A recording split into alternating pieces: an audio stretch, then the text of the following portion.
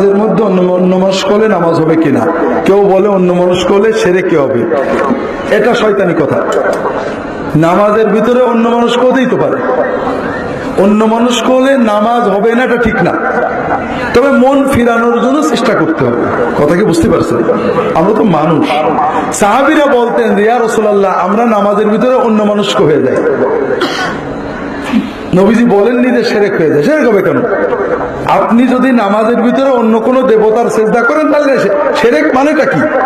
শিরক মানে হলো কারোর ভিতরে অলৌকিক পাওয়ার আছে মনে করে তার সিজদা করা, তার নামে মানত করা, এগুলো শিরক। মানত আছে না আপনাদের দেশে? হ্যাঁ, আমাদের ঝাউদি আপনারা মানত করেন না?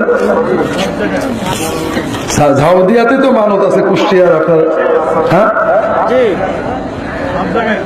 মানত আল্লাহর জন্য হবে। কার জন্য?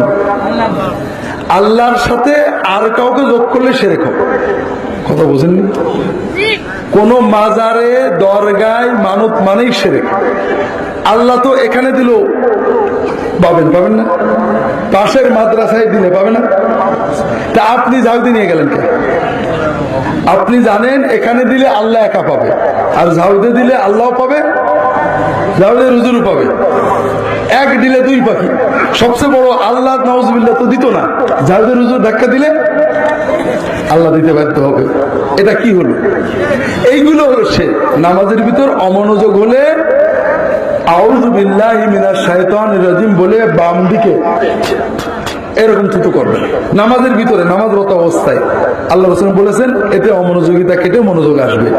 আর নামাজের কথা বলতে পারলাম না, নামাজটা একটু বুঝে পড়ার চেষ্টা করবেন, নামাজে কি আল্লাহর সাথে কথা বলবেন, ইনশাআল্লাহ মনোযোগ